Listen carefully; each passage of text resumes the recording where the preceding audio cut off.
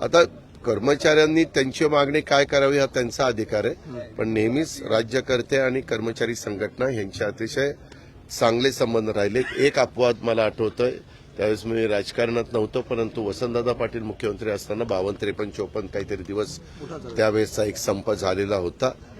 तेवढाच अपवाद हा साधारण पाहायला मिळतो.